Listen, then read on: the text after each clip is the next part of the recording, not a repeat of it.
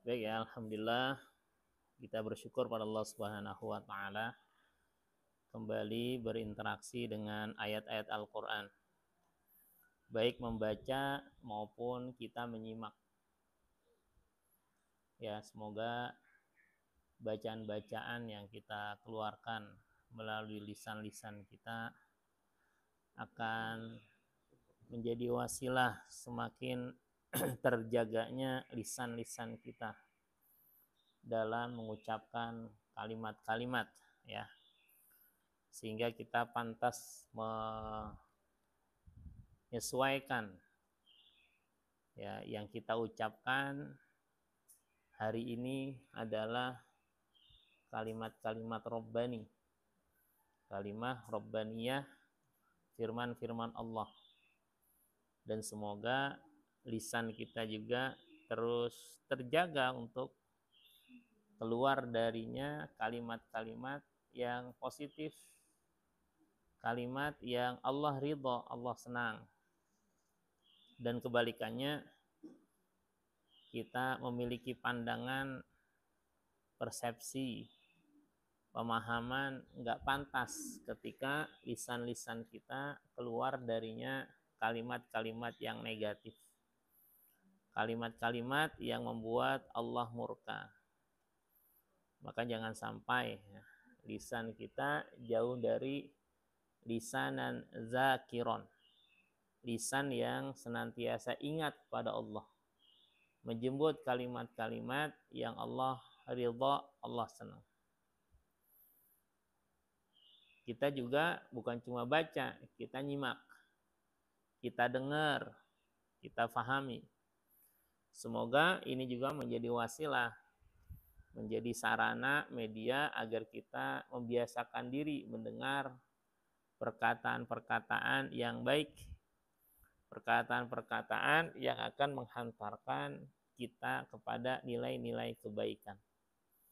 Karena apa yang kita dengar sedikit banyak dia akan mempengaruhi psikologis kita, faktor kejiwaan kita, bahkan apa yang kita dengar ketika ini menjadi kebiasaan bisa jadi akan membentuk akhlak-akhlak kita.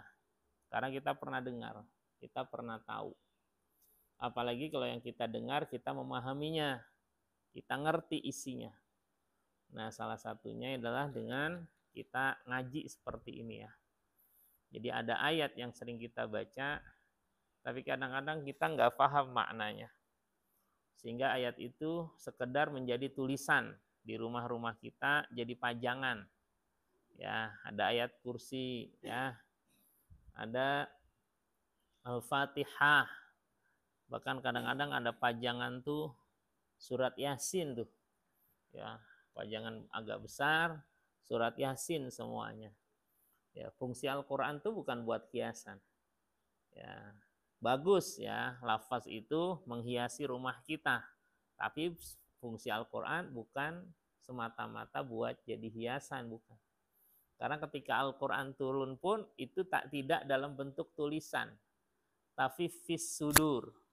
Tidak fis sutur, tidak pada kertas, tidak pada tulisan, tapi Quran ada di dalam dada-dada kita. Gimana caranya? Caranya salah satunya adalah senantiasa kita hiasi diri kita dengan nuansa Qur'ani.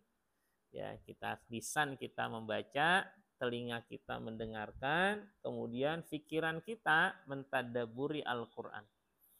Inna sam'a wal basara wal fuad kullu ulaika kana anhu mas'ulah. As-sam'a pendengaran kita, penglihatan kita, hati pikiran kita itu ada pertanggungjawabannya. Karena yang kita dengar, ya, yang kita ucapkan, yang kita pikirkan itu nantinya akan membentuk karakter kita, kebiasaan kita, ya.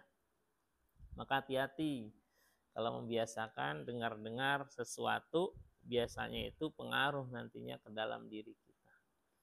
Maka berbahagialah kalau yang merasa nyaman dengan mendengar ayat-ayat Quran, gitu kan? Nyaman dengan kita mendengar sholawat, ya. nyaman kita dengan mendengar kalimat-kalimat yang positif.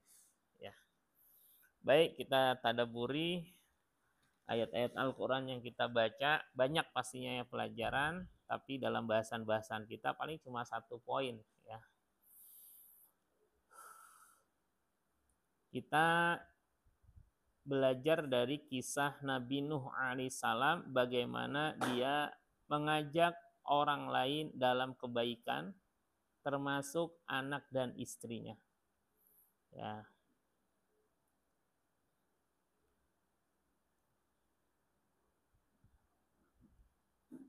Ayatnya ayat ke-5 dan ayat ke-6. Ya. Nanti penjelasannya ada di ayat-ayat yang lainnya.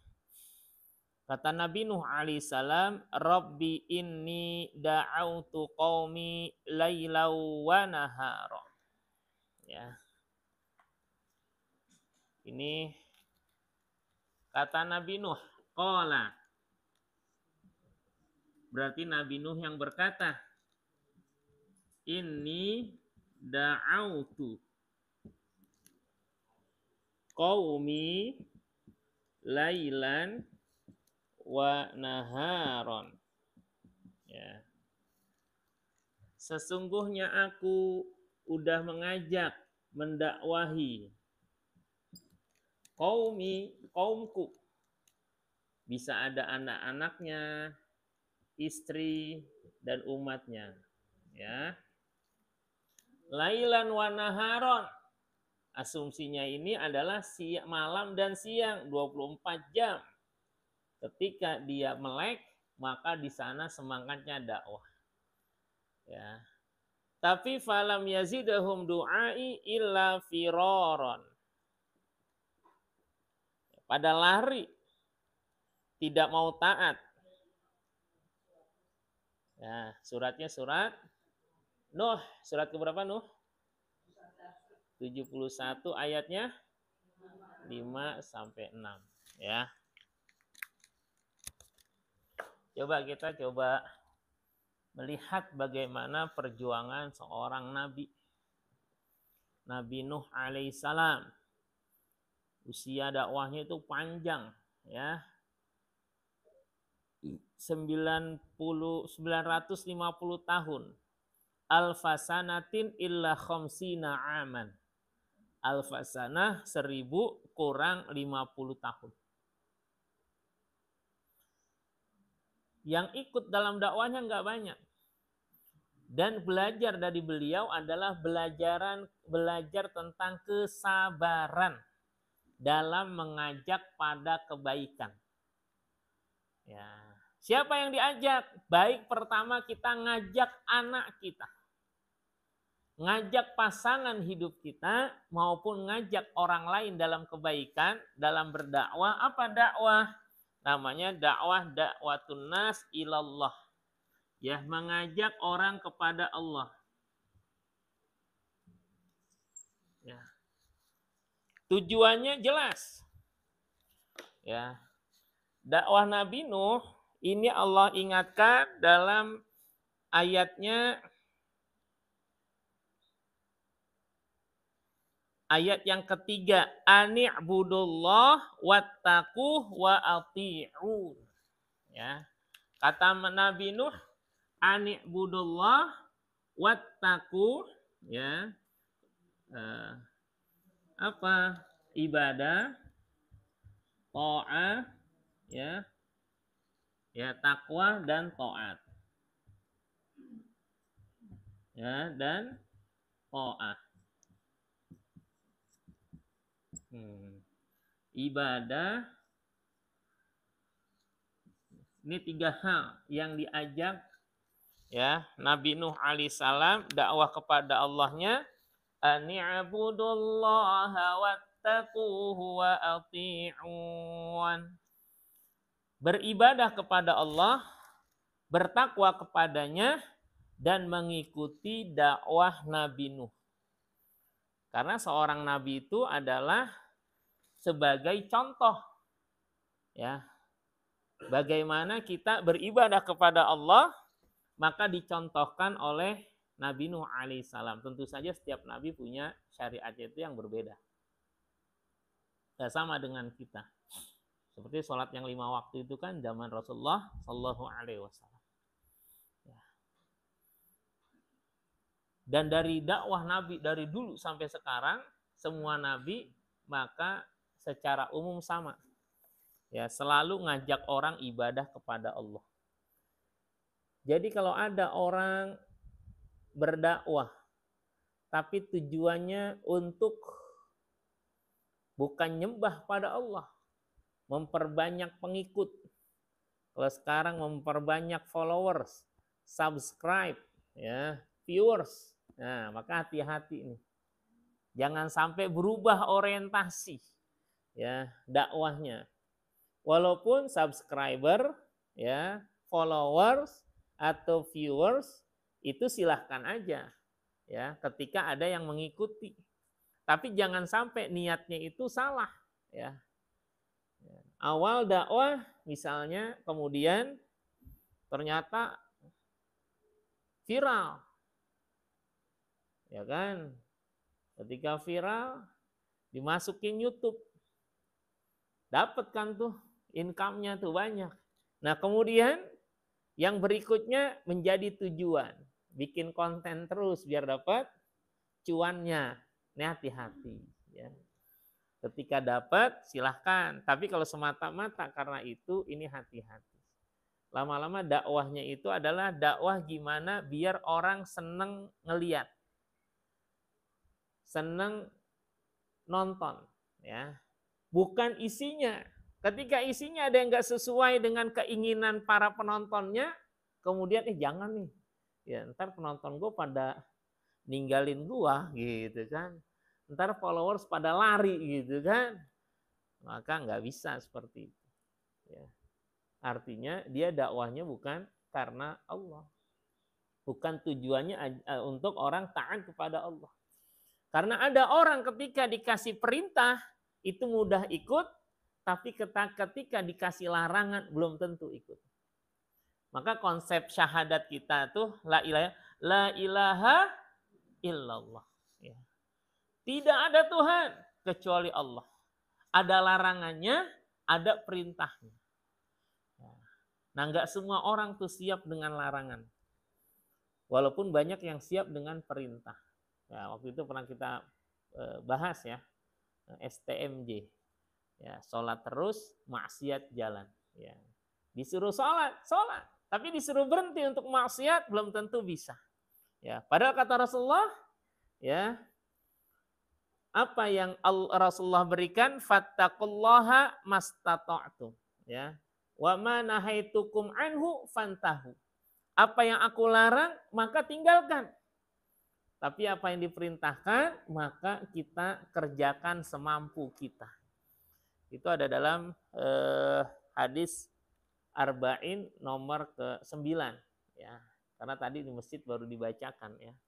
Jadi apa yang dilarang oleh Rasulullah SAW maka tinggalkan. Nah, enggak semua orang tuh siap ninggalin. Bahkan kadang-kadang minta dispensasi. Ya Rasulullah, saya bisa ninggalin semua kemaksiatan. Boleh enggak kalau saya tetap berzina gitu kan? Ya enggak bisa. Walaupun kalimat Rasulullah tidak sekasar ya, enggak reaksioner ya. Tapi begitu santun mengatakan, gimana kalau misalnya ibumu dizinahi orang? Gimana kalau saudara perempuan kamu dizinahi orang? Enggak mau ya. Maka dengan itu orang paham, oh iya kenapa dia itu dilarang. Nah, dakwah Nabi Nuh, ani'budullaha wattaquhu wa ati'un. Niatnya semata-mata karena Allah, takwa kepadanya, caranya yaitu mengikuti Nabi Nuh. Termasuk saya nih dalam berdakwah. Tetap tujuannya ngajak bapak dan ibu semuanya, kita semua taat kepada Allah. Bukan taat kepada saya secara pribadi. Ya. Jadi ketika suatu saat, na'udzubillah ya, ada sesuatu yang gak sesuai yang saya lakukan, maka gak perlu untuk diikuti. Ya, gak perlu. Bahkan harus ditinggalkan. Ini udah beda orientasi nih kayak gini gitu kan. Ya, tahu-tahu satu saat saya bawa jamu gitu kan. Saya bilang, nih jamunya khasiatnya mantap banget gitu kan. Ketika saya minum langsung cespleng ya, berbagai penyakit hilang gitu kan. Silakan Bapak dan Ibu ya bisa pesan ke saya secara online. Pertanyaannya kira-kira ini ngajar ngajinya itu pengen jualan atau ngajar ngaji ini pengen mengajarkan kebaikan. Ya, ini penting. Ya, ya. Maka qadarullah alhamdulillah ya, kalau kita lihat bagaimana Rasulullah SAW itu selesai berniaganya itu setelah dia mendapatkan nubuah, itu selesai. Ya. Kalau dia jadi nabi, dagang kira-kira laris nggak tuh dagangannya? Orang-orang pada berbondong-bondong. Ini kita belajar ya. Rasulullah tidak memanfaatkan peluang itu. Coba kalau peluang itu digunakan gimana kira-kira, ya kan? Ya kan? Orang betul-betul ngambil keberkahan, kata Rasulullah, siapa yang siap air minum ini udah saya doain nih, gitu kan. Sepanjang hari udah bersama saya, ya. Bahkan dari yang paling murah siapa yang mau lelang, wah, gitu kan. Ya, kadang-kadang udah sorban laku berapa, ini laku berapa kan kayak gitu kan. Ya.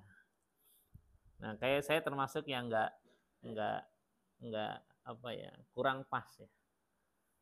Suatu saat ada seorang ustadz tuh dipanggil ke masjid lah, masjid ya belum apa-apa udah ngasih tahu bahwa saya sedang ini membangun pesantren kayak gitu kan, dan seterusnya gitu. Aduh, saya bilang ini harusnya di belakang aja, jangan di depan gitu ya. Nah, terakhir tuh lelang ya, lelang bajunya. Ini baju yang biasa saya pakai buat ceramah ya, limited edition, edisinya terbatas, nggak dijual di mana-mana gitu kan. Silahkan kalau mau harganya sekian. Aduh, kok jadi ya ajang seperti itu. Alangkah indahnya kalau misalnya fokusnya udah ya penguatan ibadah, penguatan akhlak. Itu nanti aja secara di luar masjid lah kayak gitu kan. Setelah udah selesai baru ya. Ada tuh saya bilang sama orang-orang masjid, saya bilang aduh sayang banget nih ya, ceramahnya cuma sedikit ya bicaranya tentang masalah itu ya. Nggak sedikit karena beberapa kali tuh kayak gitu ya. Ya, wallahu alam ya. Tapi saya termasuk yang kurang nyaman ya. Sehingga orang membelinya itu niatnya emang beli atau kesian gitu, atau nggak enak gitu. Ya, wallahu alam, masalah terpaksa kan ya, cuma kan kita nggak tahu gitu. Nah, sebaiknya memang apalagi seorang dai ya menghindarkan dari konflik kepentingan. Nah, konflik kepentingan. Ya. Baik ya, kita balik lagi. Jadi ittijah, tujuan dakwahnya itu jelas. Nah, kita mengajarkan kebaikan ini kepada keluarga kita. Sama, bukan semata-mata taat kepada kita, tapi taatnya kepada Allah melalui lisan-lisan kita. Ya, melalui nasihat yang kita berikan. Makanya kebaikan itu bukan semata-mata dia baik itu karena piawainya kita. Karena kita jago parenting. Karena kita jago ngaji. Karena kita jago diplomasi. Enggak. Itu semata-mata karena hidayah Allah Subhanahu wa ta'ala. Ya. Kalau Allah belum memberikan hidayah, jangankan orang lain. Keluarga sendiri aja belum tentu bisa ikut. Dan kita belajar dari kisah Nabi Nuh alaihissalam ini. Istrinya juga mengkhianatinya. Fakhonatahuma. Itu bahasa Quran. Istri mengkhianati suami. Ada. Mana istrinya Nabi Nuh alaihissalam? Ya. Tapi ada seorang istri yang terjaga kesuciannya, kebaikannya, walaupun suaminya durhaka. Asia, istrinya Fir'aun. Ya. Harus imbang juga. Ya.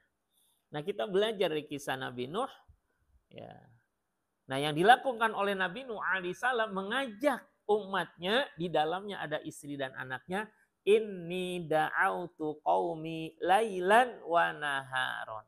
Aku mengajak kaumku, mendakwahi kaumku malam dan siang. Falam yazidhum du'ai, tapi tidak bertambah dakwahku bagi mereka illa firara, mereka pada lari.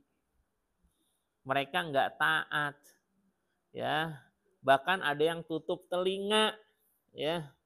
Bahkan di ayat yang lain, ya, Nabi Nuh dihina, ya. Khususnya ketika Nabi Nuh lagi buat bahtera, setiap orang yang lewat menghina dia, ya. Kayak orang gila nih orang gitu kan, di padang pasir bikin perahu gitu. Nah, itu adalah keyakinan terhadap kebenaran firman Allah. Cepat atau lambat itu akan terbukti. Sebagaimana keyakinannya Nabi Nuh alaihissalam, dia diminta untuk wasna'il fulk, maka buatlah bahtera. Dibuat sama dia. Walaupun istri dan anaknya nggak ikut. Nah, coba kita lihat ya suratnya, surat Hud. Ini kita skip, nanti kita balik lagi. Kita lihat surat Hud, surat keberapa? 12 Yusuf. Suratnya 11 ya.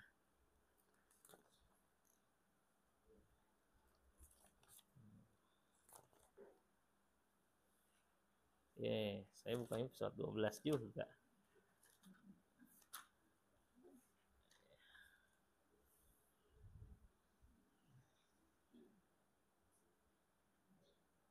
Ayat ke-37 dan ayat ke-38. Kita bacanya mulai dari ayat 36. Ya.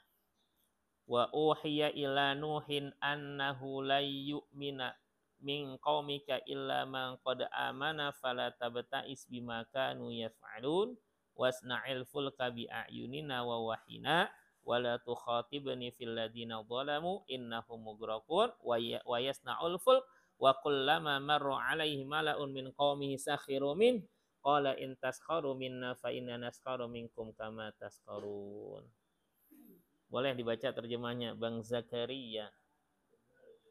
Dan wahyukanlah kepada Nuh,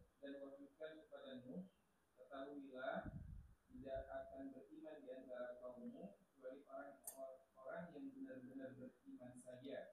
Karena itu janganlah engkau bersedih hati tentang apa yang mereka perbuat.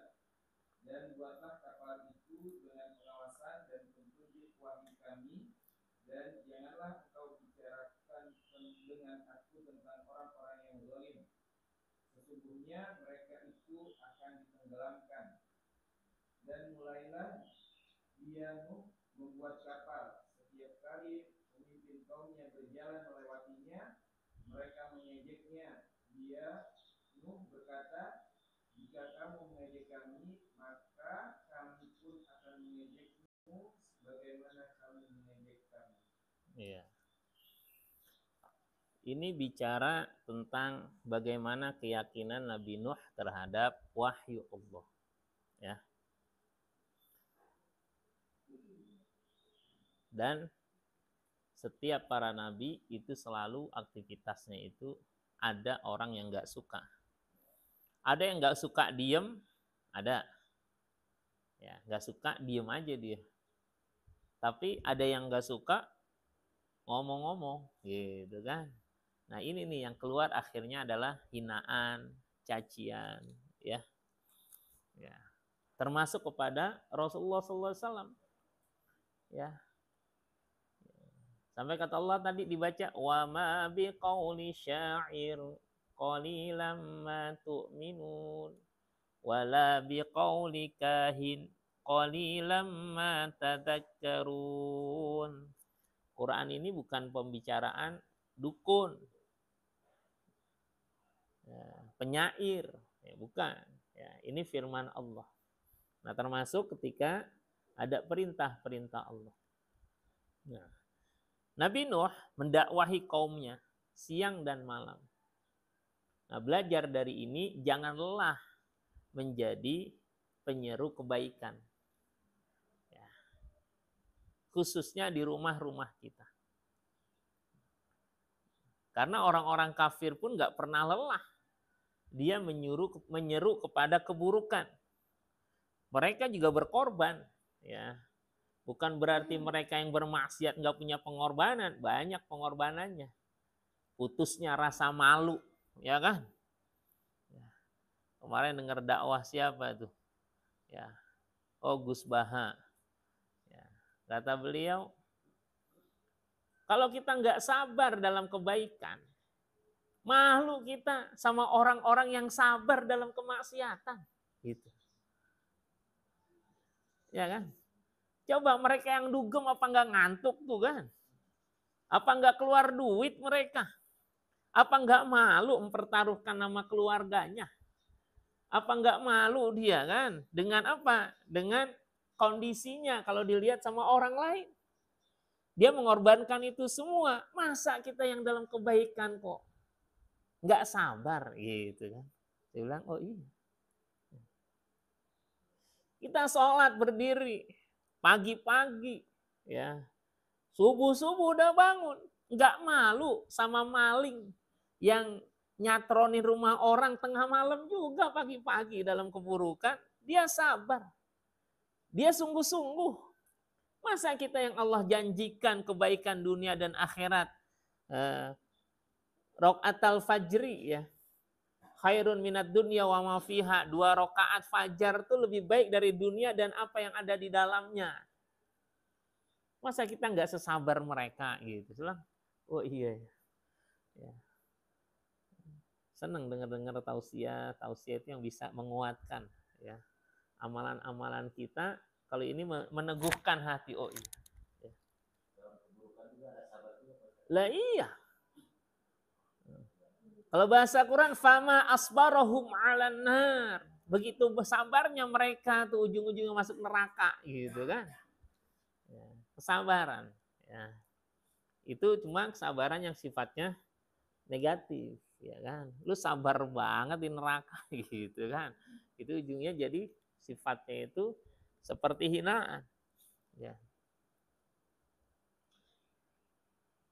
Nah, ini kondisi yang penting ya, senantiasa kita pahami. Maka belajar dari kisah Nabi Nuh bukan cuma sekedar kita belajar Nabi Nuh. Maka yang kita belajar adalah kapal, ya kan? Perahu, banjir. Tapi kita juga kurang mendalami bahwa bagaimana jiddiyah kesungguhan Nabi Nuh untuk menghadirkan kebahagiaan dunia akhirat untuk keluarganya. Sepanjang hidupnya sampai anaknya tenggelam. Ya. Dan dia juga sedih ketika anaknya tenggelam. Dia tahu hidayah itu milik Allah. Bukan dari dia. Tapi ketika anaknya tenggelam, dia sedih juga. Kenapa? Oh, sayang kok sama anaknya. Ya. Cinta sama anaknya. Ya. Kan kata Allah, zuyyina linnasi hubbus syahawati minan nisa wal banin. Dijadikan indah kecintaan seorang kepada lawan jenisnya, istrinya atau suaminya, juga kepada anak-anaknya. Pasti ada rasa cintanya. Walaupun cintanya itu harusnya tidak melebihi daripada cintanya kepada Allah, Rasulnya, dan berjihad di jalan Allah. Kalau dalam surat At-Taubah kayak gitu. Pasti ada rasa cinta lah, rasa senang sama anak, sayang. Apalagi ketika anak tahu-tahu nggak ngikut jalan kita, ya Allah sedihnya. Nah, Allah masih memberikan kesempatan kita. Kalau secara kalender di tahun 2024 ini, besok 2025, Allah masih memberikan kesempatan nih kita hari ini. Coba tanya dalam diri kita, apa dakwah yang sudah kita lakukan hari ini buat keluarga kita? Dakwah itu ngajak kepada Allah, ngajak kepada kebaikan. Ya. Bagaimana peran kita itu ngingetin sholat keluarga kita, anak kita. Ya. Kalau kita sebagai laki-laki bisa ke masjid, pertanyaannya apa ikhtiar kita mendakwahi anak kita yang laki-laki bisa ikut ke masjid juga. Ya. Kan dia kos. Gimana caranya di tempat kosnya dia bisa berusaha ke masjid. Ya. Anak saya kan udah menikah, ya kan? Dia punya tanggung jawab sendiri. Bisa nggak kita memantau bagaimana ibadahnya mereka? Karena kita pengen semangat ini bukan cuma semangat ya ada di majelis taklim, tapi semangat yang bisa langsung ada reaksi di rumah-rumah kita.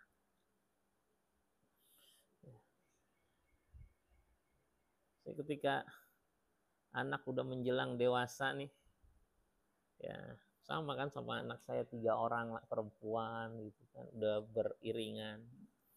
Ya, setelah berpikir SD gimana SMP-nya, ketika SMP gimana SMA-nya, ketika SMA gimana kuliahnya, di akhir-akhir kuliah sudah berpikir kira-kira saya bakal dapat mantu seperti apa ya.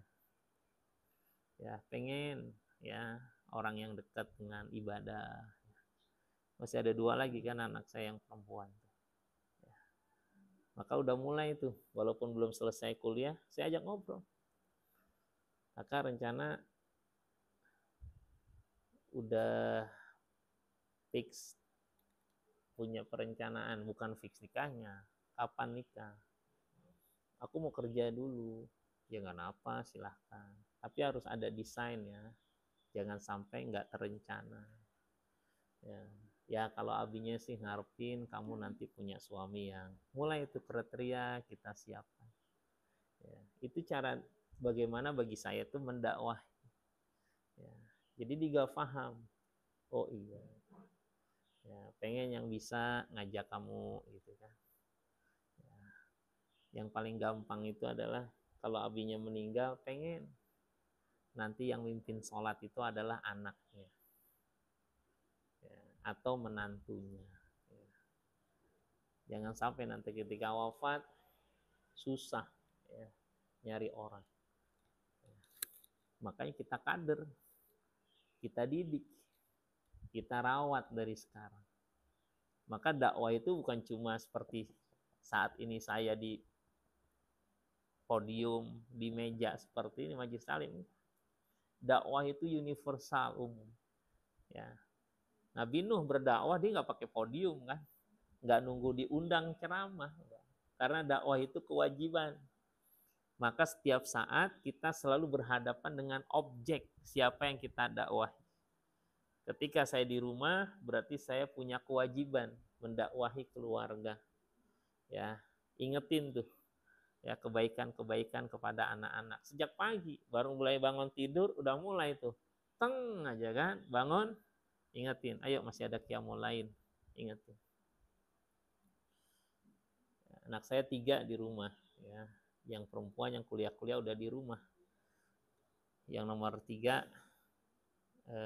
nomor 2 3 ya, yang keempat ya. Yang keempat itu udah mulai usianya 9 tahun. Kata Rasulullah di usia 10 tahun wa farriqu bainahum fil madaji. Ya, pisahkan tempat tidur. Ya. Mulai itu secara gradual perlahan. Silakan kamu Bang tidur di kamarnya. Ya. Aku nggak mau karena kan gerah segala macam gitu kan. Ya udah kita cari. Berusaha ikhtiar. Ya mendakwahi agar apa? Bekal kepada anak-anak. Di samping masalah kemandirian juga bicara tentang jangan sampai anak itu ya terbiasa ya dengan melihat aurat orang tuanya. Ya, kalau kita tidur kan kita nggak tahu kan. Ya, biasa. Itu perintah dari Rasulullah SAW. Ani'budullah wattaquh wa ati'un. Taat kepada Allah. Mayyuti'ir rasulah faqada atau Allah dalam Quran. Siapa yang taat kepada Rasul, maka dia taat kepada Allah. Ya. Dari semalam tuh pagi mau berangkat juga ingetin. Ya, ada yang wafat. Ya. Tadi saya tanya, kamu takziah jam berapa sama istri? Aku jam 6 aja nanti, ya udah. Nanti aku harus ngaji, kemudian ada pengajian lagi setelah ini sampai jam 9. Nah, paling setelah itu baru takziah karena wafatnya baru semalam jam 10 ya. Beda komplek Ya, kita minta karena itu fardu kifayah kan. Kita minta untuk ayo ya, anak yang kecil kamu nanti temenin uminya ya buat takziah. Ya, kuatin. Dari rumah-rumah kita lakukan. Ya, berangkat ke sini jangan sampai ngelupain keluarga, ya kan? Pastikan mereka melakukan kebaikan itu. Ya. Ketika mereka keluar kemana, ya, maka salah satunya kamu sholat di mana tadi? Ya. Kemarin tahu-tahu anak saya lagi penelitian harus ke Marunda, ya, karena penelitian geologi. Ya. Pas sampai rumah pulang, ya ngobrol-ngobrol, ya, istri langsung nanya, kamu tadi sholat zuhur di mana? Karena dadakan tuh menjelang Jumat. Ya, aku tadi di lokasi karena kan naik kereta tuh sampai ke ujung Marunda. Oh tadi sholat maghrib di mana? Aku sholat maghrib di stasiun di Tanjung Priuk. Terus sholat isyanya di mana? Pas sampai stasiun Depok Lama, aku sholat isya dulu. Baru keluar dari stasiun. Saya dengar, ya Allah alhamdulillah. Sudah terpola gitu. Karena kita ingeti. Yuk, dakwah Nabi Nuh diawali dengan bagaimana terus dakwah keluarga. Walaupun akhirnya keluarganya nggak ikut. Karena kita nggak pernah tahu apa yang terjadi besok-besok. Ya. Tapi Nabi Nuh masih terus ngedoain. Rombing di akhir surat Nuh itu doanya Nabi Nuh. Di akhir surat Nuh. Rombing firli wali walidayya waliman dakhala baitaya mu'mina walil mu'minina wal mu'minat. Ya. Robbik firli wali walidayya. Ya Allah ampunilah dosaku dan kedua orang tuaku. Coba deh baca surat Nuh ayat terakhirnya. Ya. Walaupun belum selesai ya. Gimana baca terjemahnya doanya Bang Zakaria? Ampunilah aku, ibu bapakku, dan siapapun yang memasuki rumahku dengan beriman, dan semua orang yang beriman laki-laki dan perempuan. Janganlah engkau tambahkan bagi orang-orang zalim itu selain kehancuran. Iya. Jadi kita tuh termasuk orang yang didoakan oleh Nabi Nuh alaihissalam. Ya, walil mu'minina wal mu'minat, dan orang-orang mukmin laki-laki dan perempuan. Jadi dakwahnya itu bukan cuma buat keluarga, semua didakwahin. Ya. Tapi episode yang khusus yang Allah tampilkan yaitu bagaimana kisah bagaimana dia mendakwahi keluarganya itu juga ada di dalam Al-Qur'an. Ya, dalam surat Hud itu ada kisahnya dia dengan anaknya, ya. Kemudian juga sedikit Allah ingatkan tentang istrinya itu di dalam surat At-Tahrim dan beberapa surat yang lainnya. Nah, dakwahnya seperti apa? Silahkan kita membuat strategi, ngajak orang lain, khususnya keluarga kita untuk dekat dengan Allah. Awalnya kita evaluasi. Gimana evaluasinya? Kita lihat. Gimana ya ibadah anak saya? Oh, anak saya terlambat mulu sholat. Kenapa ya kira-kira? Oh, sayanya yang sering terlambat sholat. Oh, saya harus perbaiki diri dulu. Sayanya udah, oh ternyata istri saya nih yang masih, sehingga dia punya dalil anak saya itu kenapa? Karena ibunya juga terlambat sholat. Karena bapaknya terlambat sholat. Evaluasi, kok anak saya males banget baca Quran. Wih, orang belum bisa. Gimana ikhtiar kita mendakwahinya biar bisa baca Quran? Cari yang online, ngobrol dengan DKM, bikin program, itu banyak.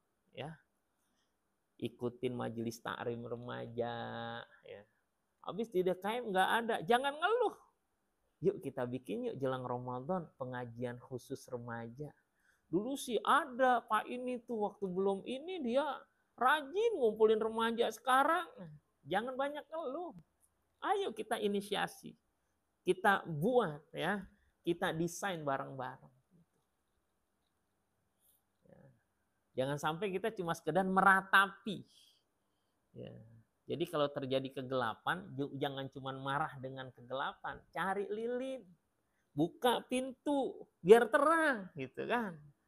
Cari tuh emergency light ya, emergency lamp ya, lampu emergency. Buka handphone, keluarin tuh senternya, cari solusi-solusi kan gitu. Jangan cuma, oh mati lampu nih, emang dasar PLN nih gitu. Jangan. Kita harus menjadi bagian dari solusi, a part of solution, ya. Juz'un minal ilaj. Ada waktu bagian dari solusi. Nah, peran apa kira-kira? Jangan nanti ya ketika naudzubillah ya, tahu-tahu ya, keluarga kita udah benar-benar nggak sholat, baru kita bisa nangis tuh. Ya Allah, kenapa? Dari sekarang. Kan Allah ingetin tuh, ya fawailul lil musallin, celakalah orang-orang yang sholat. Alladzina hum an sholatihim sahun, mereka yang lalai dalam sholatnya. Ketika kita koreksi diri kita, alhamdulillah ya Allah saya udah. Terus gimana dengan keluarga saya nih? Anak saya, istri saya, cucu saya. Ya. Maka menjadi perhatian kita. Walaupun sekali lagi hidayah itu milik Allah. Kita cuma bisa terus berusaha. Nabi Ibrahim ngedakwahin bapaknya sampai jelas-jelas kekufurannya. Tapi diajak terus, ya abati, ya qad ja'ani minal ilmi malam ya'tika fattabi'ni. Aku dapat ilmu nih dari Allah, dapat wahyu, nggak diturunkan kepadamu, fattabi'ni, ikuti aku wahai bapakku. Ya abati, ini akhafu ayyamassaka adabu minar rahman. Aku takut kalau engkau tuh kena azab dari Allah. Didakwahin. Ya, ngajak ngobrol. Kalau bahasa kita tuh, kalau ada kebaikan yang belum dilakukan, apalagi kebaikan yang utama, salah satunya di antara sholat, kita berikhtiar, berusaha. Kita doain, kita ajak. Gitu. Ya. Saya udah sebulan ini 2 orang yang masuk Islam di masjid. Ya, saya bimbing. Yang kasihan emang yang kedua nih. Ya. Lahir tahun 69. Ya. Keluarganya ada, pas masuk Islam diusir langsung. Ya, suruh tidur di depan rumah, dikasih balik katanya. Tadinya supir Grab, mobilnya langsung di stop. Ya, kata dia ada keluarganya yang di Belanda ya. Kalau dia balik lagi ke Nasrani dikasih duit 100 juta. Ya, karena udah malu-maluin keluarga gitu. Gak mau dia. Sekarang tinggal di masjid tempat saya. Saya kumpulin DKM, walaupun DKM lagi pulang kampung, ngobrol. Ini kita cari solusi. Kita harus bagian dari solusi. Gimana caranya? Ngobrol-ngobrol, ya udah secara darurat lantai 2 masjid kan kosong tuh sekretariat. Udah kita beresin di situ, timbang luntang-lantung. Kasihan orang habis masuk Islam kemudian gak diperhatikan. Mu'allaf tuh punya perhatian khusus. Bahkan zakat aja ada poinnya. Wal mu'allafati qulubuhum. Zakat itu ada 1/8-nya untuk para mu'allaf. Ya, saya kondisikan ya, DKM. Kita harus bagian dari solusi. Ya, alhamdulillah tuh. Ya, udah 2 hari ya. Ya, sholatnya rajin gitu. Ya, sebelum subuh udah bangun. Yang biasa subuh sebelum buka pintu masjid aja bilang duluan dia datangnya daripada aneh. Ya bilang alhamdulillah. Tapi ingat, hati-hati. Ya, banyak orang yang jadi modus nanti masuk Islam pengen dapat bantuan. Coba cari orang bisa verifikasi datanya ke tetangganya segala macam. Siap Ustaz. Nah, saya ada yang ngaji sama saya tukang ojek tuh. Saya bilang, "Bang, tolong cari informasi ya. Itu kan sering situ, daerah situ." "Siap Ustaz, insyaallah." Ya, ternyata dapat informasinya kayak gitu. Ya, alhamdulillah tuh warga. Gak apa deh, pokoknya kalau makan ketok pintu aneh siap. Ya, alhamdulillah. Ya. Ada yang ngasih dana juga, bilang ya udah kita kasih kailnya, jangan kasih ikannya. Ya, jadi karena supir Grab, ya kita usahakan bisa nge-Grab lagi dan seterusnya. Ya. Itu cara dakwah. Ya kan? Bukan cuma sekedar gimana cara menjaga terus agar tetap dalam kebaikan, dalam keimanan. Ya, kata Rasulullah, la ayyahdiyallahu bika rajulan wahidan. Dengan perantara engkau orang mendapatkan hidayah, satu orang dapat hidayah, maka lebih baik daripada onta merah. Onta itu merah itu kendaraan terbaik saat itu. Ya, miliaran ya, kalau sekarang tuh kendaraan terbaik tuh miliaran. Ya. Di hadis yang lain, khairud minad dunya wa ma fiha. Lebih baik daripada dunia dan apa yang ada di dalamnya, Masya Allah. Ya. Maka berbondong-bondong. Itu dakwah orang yang di luar, kita minta untuk, kalau ke dalam saya ingetin gitu. Ketika lagi mau bersyahadat, saya bilang, Bapak ada paksaan? Tidak ada. Dalam agama kita, la ikraha fiddin, nggak boleh ada paksaan dalam beragama. Tapi kalau sudah berislam, maka udkhulu fis-silmi kafah, masuk Islam secara keseluruhan. Siap? Siap. Syahadat. Bikin tuh tanda. Ya kan, buat ganti KTP nantinya di Protestan ya, di Protestan. Ya. Udah, Bapak kalau udah Islam namanya mau tetap, saya udah ganti nama, Pak. Siapa namanya? Saya jadinya Ahmad. Nggak ada yang lain? Ya Ahmad. Ya udah. Ya Pak Ahmad. Alhamdulillah. Ya, dari namanya Victor. Ya Victor. Ya. Saya kalau misalnya dia nggak punya, mau ganti nama, saya mau ngasih namanya Ahmad Fauzan, gitu kan. Victor kan kemenangan kan. Ya, Fauzan tuh kemenangan juga, tinggal ganti ke bahasa Quran, bahasa Arab. Ya ternyata saya senangnya Ahmad, ya udah, tafadhol silakan. Alhamdulillah. Itu yang udah deh. Nah kita bukan cuma yang di luar, di rumah kita perhatiin. Maka kita muhasabah jelang Ramadan.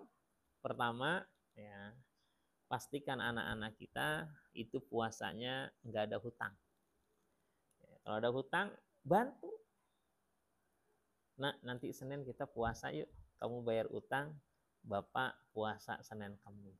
Siap. Ya, habis asar ngabuburit itu, cari makanan buat berbuka. Anak diapresiasi, senang nantinya. Nanti yang kebayang ketika besok-besok, yuk kita puasa. Boleh Pak, Alhamdulillah.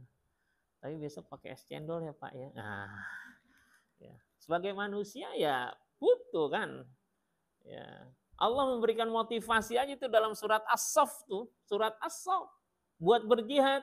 Hal adullukum ala tijaratin tunjikum min adzabin alim. Tu'minuna billahi wa rasulihi wa tujahiduna fi sabilillahi bi amwalikum wa anfusikum dzalikum khairul lakum in kuntum ta'lamun. Yaghfir lakum dzunubakum, Allah ampuni dosa kalian. Wa yudkhilkum jannatin tajri min tahtihal anhar wa masakin, tempat tinggal yang baik. Dalibatan fi jannatin dalikal wa ukhra tuhibbunaha nasrun minallah fathun qarib. Yang lain yang kamu suka juga, pertolongan Allah ya, nasrun minallah wa fathun qarib, dan kemenangan yang dekat. Itu motivasi Allah terhadap orang yang pengen berjihad. Dikasih tahu nanti dapat surganya itu. Ya. Nah, begitu juga kita berdakwah. Ada saatnya kita berikan reward, apresiasi. Jangan cuma diomelin, diancam. Awas nanti kamu nggak sholat ya pokoknya ya. Gitu kan. Dibalik. Nanti kalau kamu sholatnya terjaga, misalnya masih kecil 5 waktu, nanti kita jalan-jalan lah. Mengelilingi Jakarta. Iya. Naik itu Transjakarta gitu kan. Anak-anak tuh senang. Dibiasain. Coba deh ya, kita ya. Ibu-ibu, Pak. Selama ini kita lebih banyak marahnya, ancamannya kepada anak kita dalam melakukan kebaikan, atau kita lebih banyak memberikan apresiasi, hadiah atau reward kira-kira. Masing-masing coba. Saya khawatir kita lebih banyak ancamannya. Jadi anak kita melakukan itu bukan karena kesadarannya. Ya. Yang ada itu adalah khawatir. Indikatornya gini tandanya. Dia akan taat kalau ada kita. Tapi kalau nggak ada kita, dia bisa jadi jauh dari apa yang kita ingatkan. Suami sama istri gitu juga. Kira-kira dia melakukan itu karena sayang sama kita atau takut sama kita? Kalau karena sayang sama kita, selama kita nggak ada pun dia akan menjaga kebaikan itu.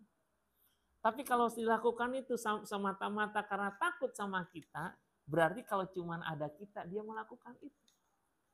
Jangan-jangan kalau kita tahu-tahu pergi gitu kan, mah teman-teman teh ngajak touring kemana? Ke Jogja. Goes di Jogja. Berapa hari? 5 hari. Ya silakan aja, gitu kan. Bapaknya pergi, yes, ya kan. Naudzubillah tuh. Ya. Berarti kehadiran kita itu jadi ancaman. Ya. Tapi kalau dilakukannya memang rasa senang, rasa sayang, ya, maka itu adalah bagian yang dilakukan tuh motivasinya dari internal dia. Nah, dakwah yang dilakukan oleh Nabi Nuh alaihissalam adalah bagaimana agar keluarganya itu taat kepada Allah, bertakwa kepadanya, dan mengikuti apa yang diwahyukan kepadanya. Yuk kita jaga diri kita dan keluarga kita dari api neraka. Ya ayyuhalladzina amanu qu anfusakum wa ahlikum nara. Salah satu strateginya dengan kita mendakwahi kebaikan-kebaikan ini, melarang keburukan-keburukan dari apa yang dilakukan oleh diri kita dan keluarga kita. Lebih perhatian lagi, lebih sering kita komunikasi dengan mereka, ya, ngajak dan bimbing mereka. Mudah-mudahan berkah majelis ta'lim kita, karena majelis ini bukan cuma kebaikan buat di masjid ini, musola ini, tapi juga kebaikan buat di rumah-rumah kita. Subhanakallahumma wabihamdika, asyhadu an la ilaha illa anta, astaghfiruka wa atubu ilaik. Lebih kurangnya mohon maaf. Mohon untuk doa saya dan keluarga agar tetap terus istiqomah. Adanallahu ikum ajma'in. Assalamualaikum warahmatullahi wabarakatuh.